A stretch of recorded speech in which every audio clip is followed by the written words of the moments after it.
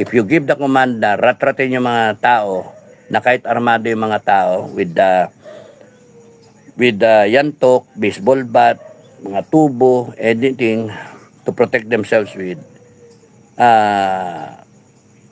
galit eh. Anong gagawin nyo? Ratratin nyo, patayin nyo 100,000? Go ahead. Gusto nyo mga panibang kayo na sa kalsada? Go ahead. Then, lalo kayong malulugmok kasi lalong magagalit ang tao. Pati yung mga US officials, lahat ng ibang bansa, China, Russia, Japan, will be on your back and patay kayo. Yeah, you are now in a problematic situation. The best advice that I can give you, pack up your bags, resign, leave already. That's the only solution now. Good governance is not already an option. Talo na kayo. Kitang-kita nagnakaw kayo eh. Lumitaw yung ebidensya. Sorry, nagpipigil kayo. Wala rin mangyayari. Okay? Hindi nyo napigil eh. Mag-ingat ka, Erwin, sa mga salita mo. Huwag kang nakatapang-tapangan. Remember, Erwin, Mr. Tulpo, you are implicated.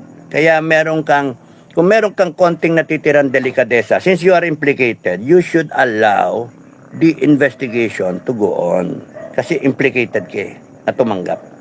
So, you shouldn't even accept chairmanship of the Blue Ribbon Committee. Even if you guys, kayo, maging majority. Kaya maging majority kayo, isa lang ang kailangan nyo, 13, di ba?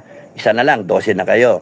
And even if you gain majority, out of delicadeza, since you are implicated, you shouldn't be the chairman of the Blue Ribbon. Maglagay kayo dyan ng chairman na hindi implicated sa inyong 13. Okay? Kaya, huwag ka mag-aastang maangas, Erwin. Sirang-sira ka sa taong bayan. At hahabulin ka ng taong bayan, kahit sabi mo senator ka, huwag ka na bibit-bitin mo palabas. Huwag nyong dalhin na yung, yan 18 na yan, lumalabas, na konsensya, alam nilang mali.